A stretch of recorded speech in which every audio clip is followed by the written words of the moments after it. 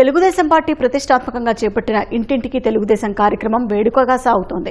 కూటమి పాలనలో అభివృద్ధి, సంక్షేమం సమపాళ్లలో ప్రజలకు అందుతుందని కొత్తపేట ఎమ్మెల్యే బండారు సత్యానందరావు అన్నారు. అంబేద్కర్ కోనసీమ జిల్లా కొత్తపేట మండలం ఆవిడి, కండ్రిగ గ్రామాల్లో ఇంటింటికి వెళ్లి 2 ఏళ్ల అభివృద్ధి వివరించారు. విశాఖలోని పలు వార్డులో స్పీకర్ సతీమణి, మాజీ కౌన్సిలర్ చింతకాయల పద్మావతి ఇంటింటికి తెలుగుదేశం కార్యక్రమంలో పాల్గొన్నారు. సీఎం చంద్రబాబు ప్రజల సంక్షేమం, అభివృద్ధికి పెద్దపీట వేస్తున్నారని ఎర్రగొండపాలెం నియోజకవర్గ టీడీపీ ఇన్ఛార్జి ఎరిక్షన్ బాబు అన్నారు.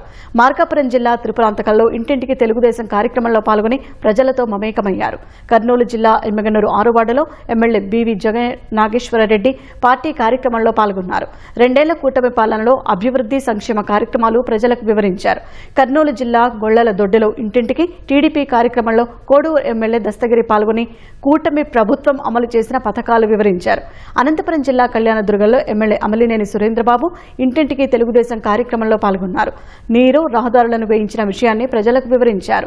రాయదుర్గంలోని 13వ వార్డులో రాయదుర్గం ఎమ్మెల్యే ప్రభుత్వ విప్ కాలువ శ్రీనివాసులు ఇంటింటికి తెలుగుదేశం కార్యక్రమంలో పాల్గొన్నారు.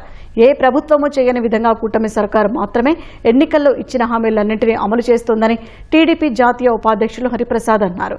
కడప నగరంలోని పలు ప్రాంతాలలో తిరిగి ప్రభుత్వం చేసిన అభివృద్ధిని కరపత్రాల రూపంలో ప్రజలకు వివరించారు.